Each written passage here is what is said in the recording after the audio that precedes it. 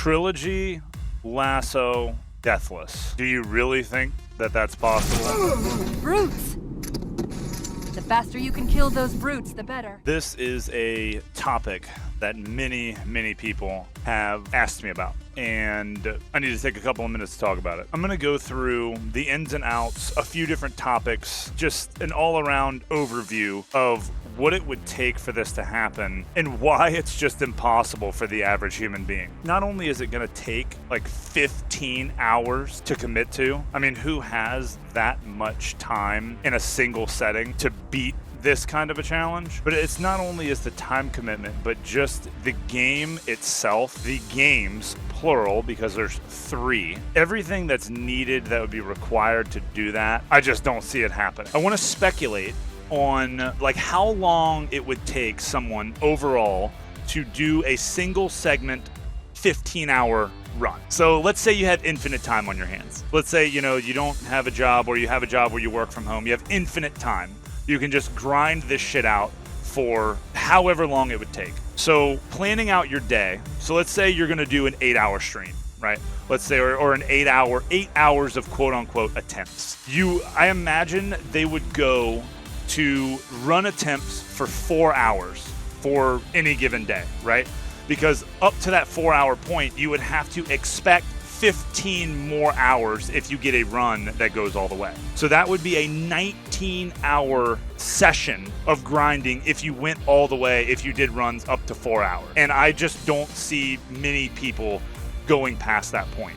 You could practice and do this, that, and the other, but it's just, I mean, there's so many strategies that you'd have to memorize all the way through and be perfect and get lucky had the game just let you do it. 4 hours, I think, would be the max that they would be able to set aside to go for one day at a time. But what kind of mindset do you have to grind this out mindlessly? Let me know what you guys think in the comments. Fuck. Oh my! Ah! Let's go! You're not ready!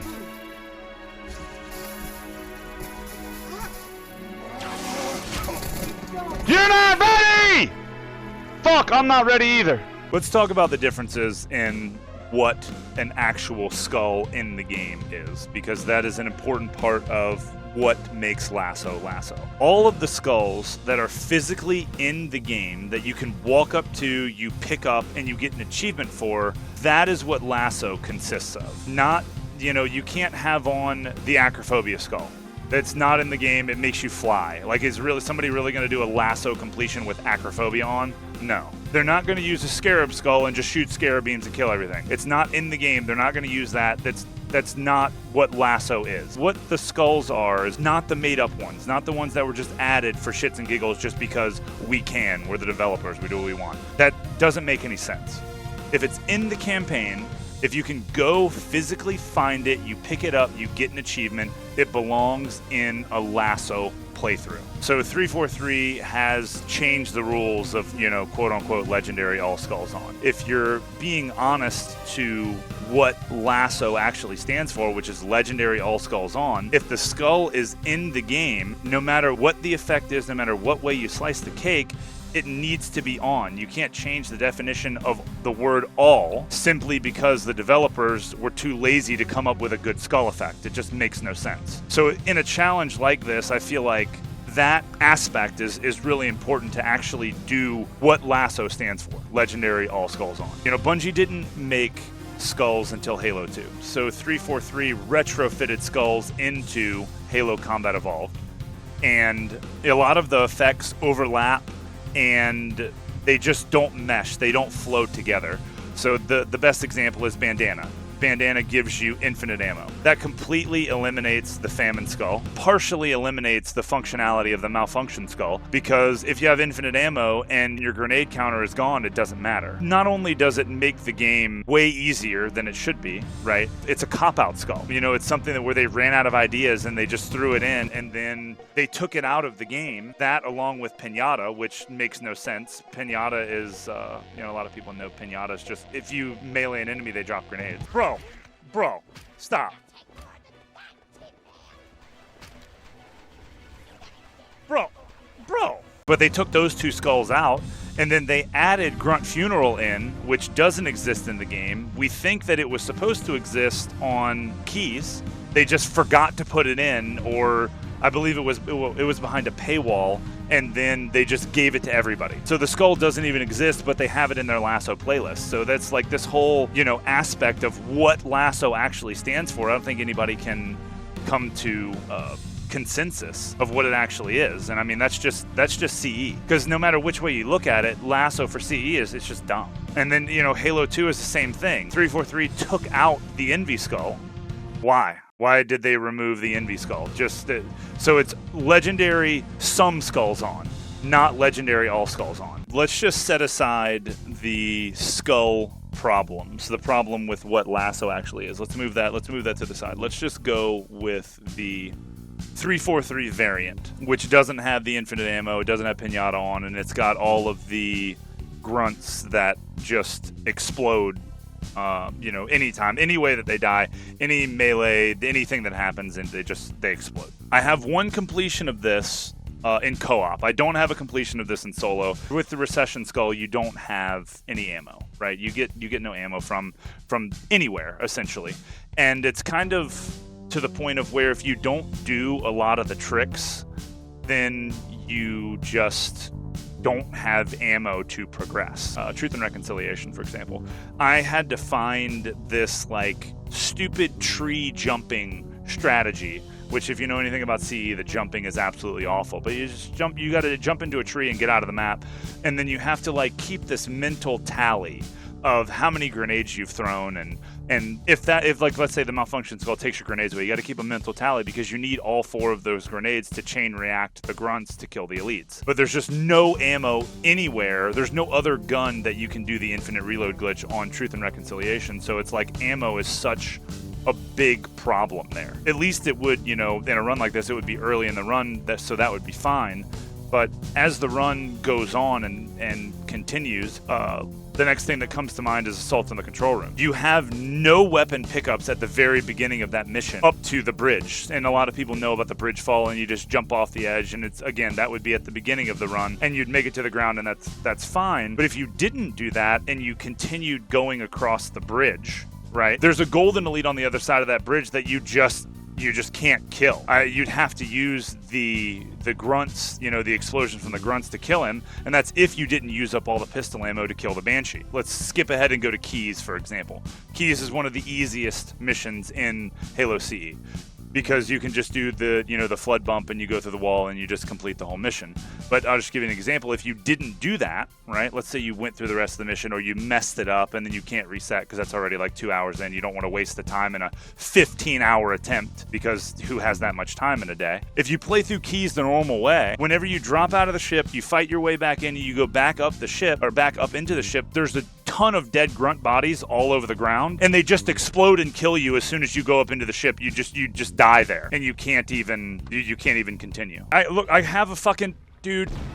God damn it! What are you doing, bro? Why would you? I got a pistol, man. Dude, it was an accident.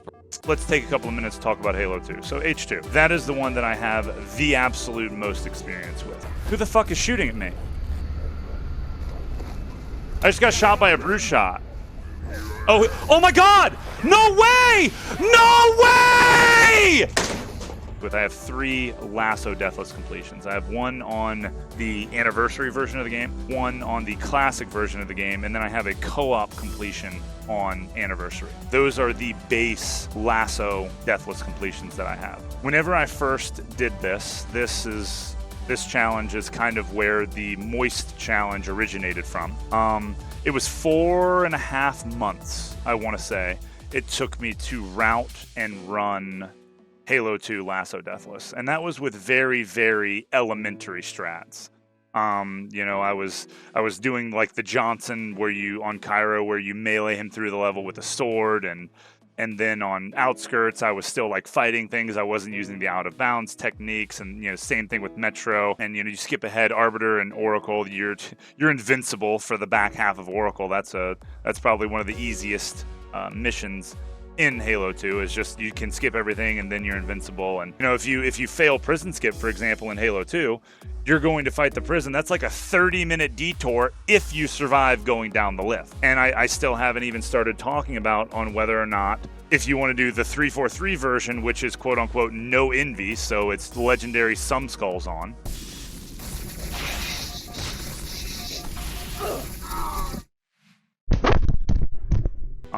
Or do you want to do True Lasso Deathless, which has envy included? It just gives Master Chief the ability to use camo for 5 seconds. That is infinitely better, and it's so useful. The game itself, it took 4.5 months for one completion of that. Fucking run!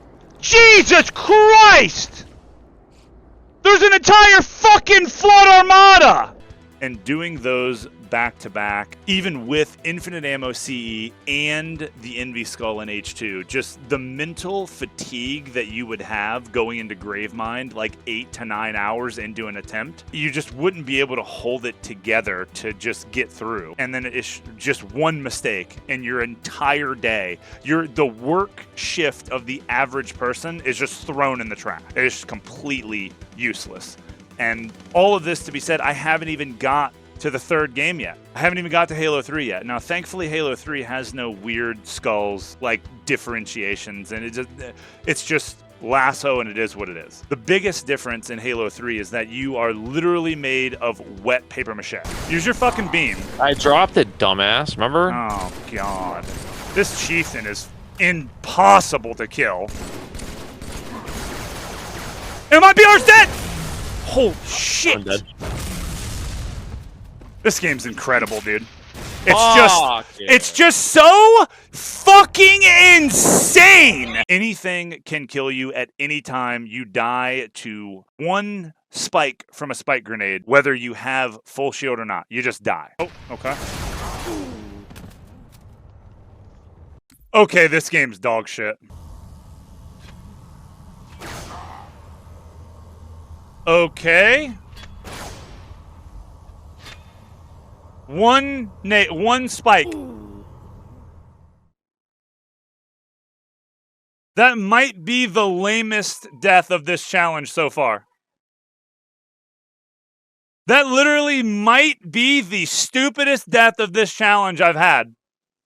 One spike grenade at not even low health. One spike grenade. That might be the lamest death I've had so far. All right, cool. Well, that was fun. If one of the brutes, for example, I had a run on the Ark the other day. I haven't even beat this challenge yet. I'm in the middle of it. I'm 2.5 months in to Halo 3. Don't have a completion yet at all. And so I was on the Ark, and one of the brutes landed on the ground at the very beginning of the mission, and they have an animation from where they jump and they hit the ground and they get stunned. And that's what they do. They stand there and then they get stunned, and you can react and kill them however you want to do it. This particular brute decided just fuck that. He didn't care. So not only did he hit the ground and he was supposed to be stunned, but I plasma pistoled him, which is supposed to give you another stun. He just said, nope, don't give a shit, smacked me and killed me.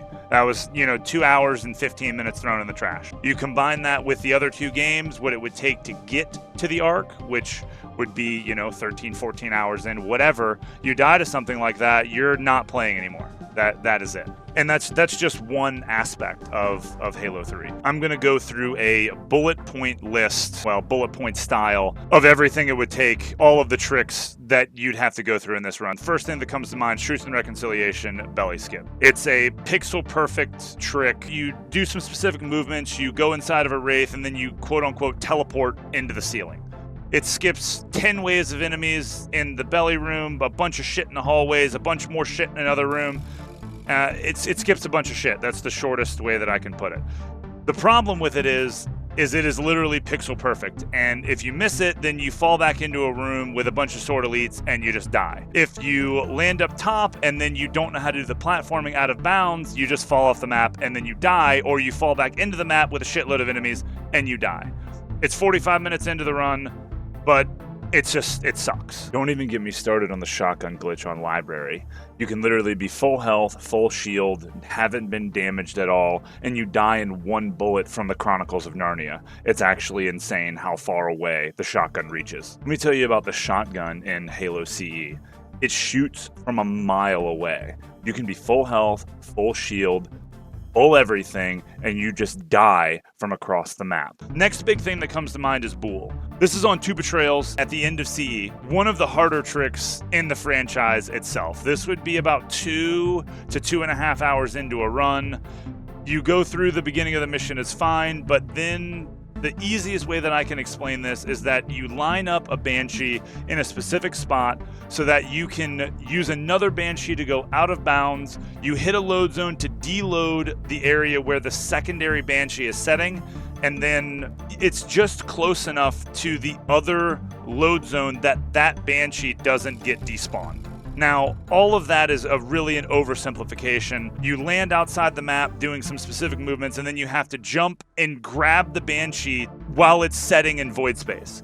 If you miss this, you fall back in the map and you have no shield, and you can't do it again because your shields don't recharge in Lasso. That's the alternative where you'd live and have to play the mission the regular way. The other alternative, you fall off the map and you die, and 2.5 hours is thrown in the trash. Now, that's just getting the Banshee out of the level. The rest of the trick is a series of hitting the correct loads and whatnot. You have to hit them correctly in order, and you can't tell if you hit them correctly until after you're almost at the very end of the trick. If you miss it, you have to go back and do it all over again. Then that's not even level complete. After you do that, you still have to go back inside the map, do a whole bunch of other shit, and then you can complete the mission. 2.5 hours in, and I already have a fucking headache. Let's just go to the next segment, which would be the next thing that comes to mind is the hangars on Cairo Station. This would be, if I had to guess, I would say 3.5 to 4 hours in. Now, in a 15-hour run, again, that's not very far, right? But the hangars, from anybody that has experience in Halo 2, those hangars suck. The first one especially. The second one you can do the head glitch turret strat, but the first one is so easy to die in. It's just not a good time. The next big segment that comes to mind is the very end of Regret. Now, let's not take into account all of the camo sniper jackals that have aimbot. Let's just forget all of that other shit and go straight to the end of the mission. So at the end of Regret, if I had to throw a number on it, if I had to throw a guess, I would say you would be probably right around the 6-hour mark. Regret is about halfway through Halo 2, and the mission itself takes about an hour, maybe a little bit more. You're obviously going to be much more cautious whenever you get that far in, but the Regret boss fight. Do you go into the boss fight normally and deal with all of the honor guards and shit running around while you don't have shield, grunts throwing grenades and shit everywhere? Or do you do the trick outside where you do there's a few different things. You can do a rocket frag jump, you can do a double frag jump, or you can do a swordfly redirect off of some of the enemies, which all three of those things suck, and if you screw them up, you fall to your death, and you've wasted 6 hours of your time. Now, why you would want to do that is so you can set up the Regret boss fight, you can block all the doors, and for that run, it is mandatory. So I hope you're not nervous whenever you get to that point, because that is 6.5 hours thrown in the trash. If you throw the frag and shoot the rocket, and you do it the timing wrong, you just die. If you throw a double frag grenade, which I have a in the sky lineup for that, if you mistime that, you just don't make it into the window and you just die, and it just sucks. Let's skip ahead now next to Gravemind. Everything on Gravemind sucks, and that's going to be like 10 hours in to a run like this. So 10 hours in, it's already over a full shift of work for the average person. You're tired. You probably have to piss. You probably got to shit. You haven't eaten anything, because if you're taking a break, then you're adding more time, right, to how long it would take to get there. Everything about Gravemind is awful, but the biggest part is the prison skip. Going into that room, you have one shot. I mean, it's just like everything else, but you have one chance. That is the second biggest part of Halo 2 is hitting prison skip. And all it takes is the brute jumping out of the way whenever you throw the grenade to launch him into the lift, and then it's over. All it takes is one of the enemies down below on that little intermediate section that you don't really ever go to. All it takes is one of those guys bumping into you, which actually happened to me in the Moist Challenge.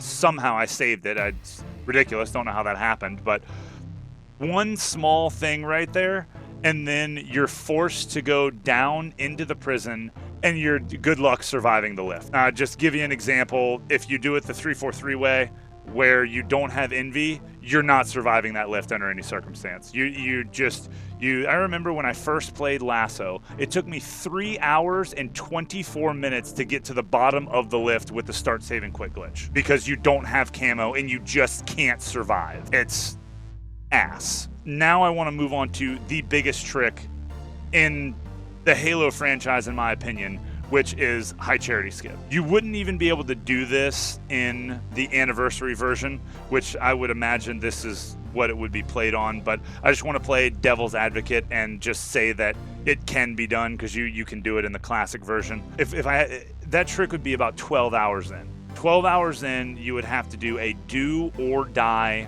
trick, which is just 4 to 4.5 minutes to do it safely, of pure concentration. And if you make one mistake, there is no backup. There is no secondary safe strat. There's no recovery. If you make one wrong move in that, that's it. It'd be a heart-wrenching defeat for someone to fail that in a Trilogy Lasso attempt. I don't even know how you would recover from it. But so let's just say everything else goes correctly for Halo 2 and you make it to Halo 3. At the very, very beginning on Sierra 117, there is a trick. It's a ghost jump off of a rock, right? It's very simple. All you do is jump.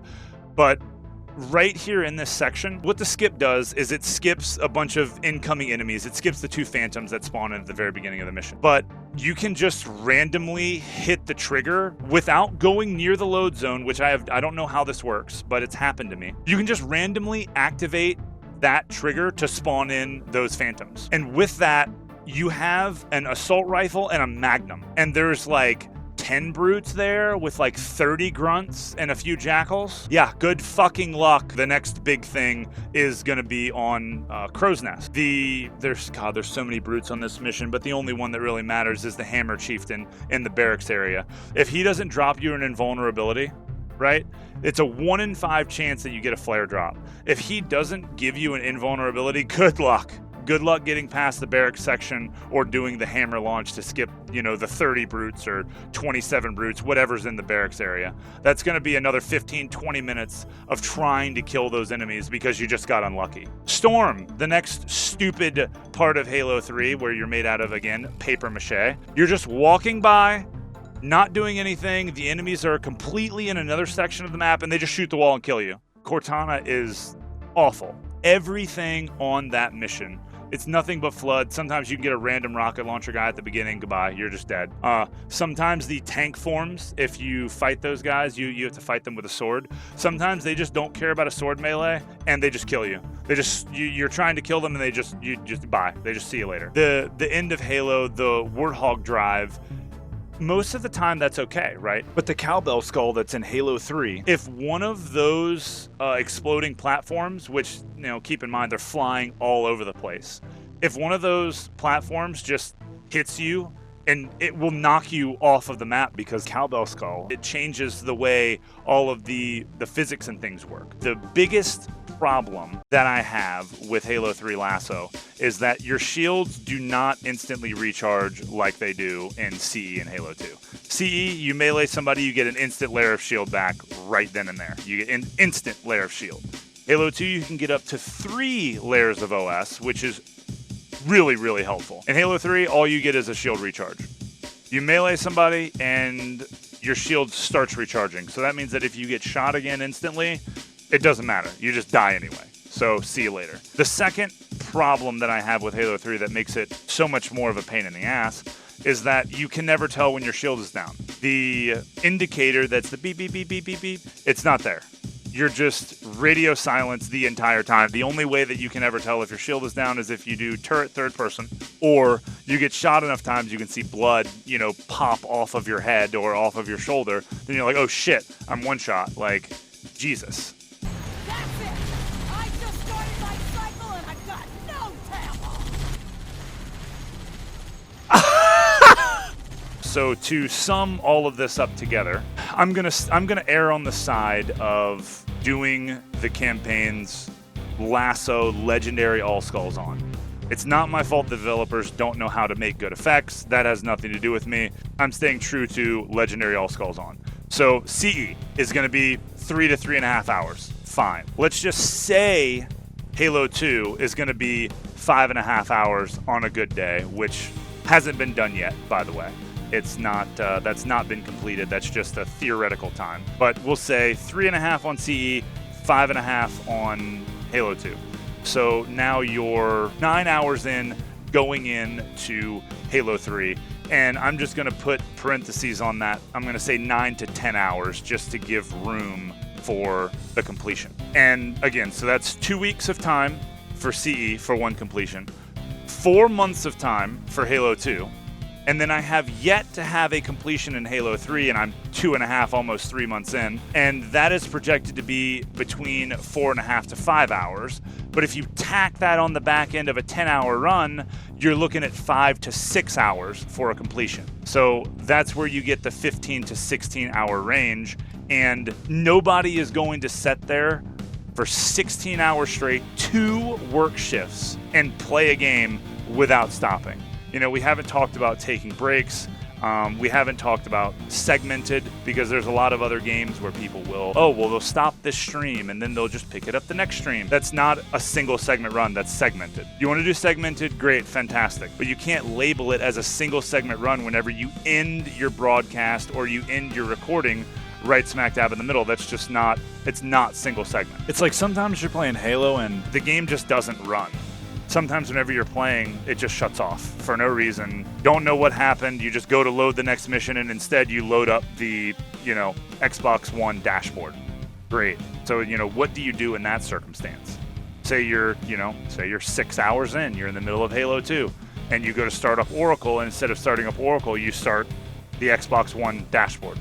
Then you're just pissed, because now it's no longer single segment. So then let's shift to this, which would be the total time that it would take for someone to beat this, which would be CE for me. Again, let's say that was 2.5 weeks for one completion. Halo 2 was 4 months, and Halo 3, let's just say it's 3 months. Okay, that's all individually. If I had to speculate a time and someone did this every single day, I think it would take a year. I think it would take 1 year. If it was possible, if somebody delegated every single day 4 hours of attempts, I think it could be done in a year. In theory, it could be done in a year. But what kind of mindset do you have to grind this out mindlessly for a year? Let me know what you guys think in the comments. In conclusion, nobody's ever doing this challenge.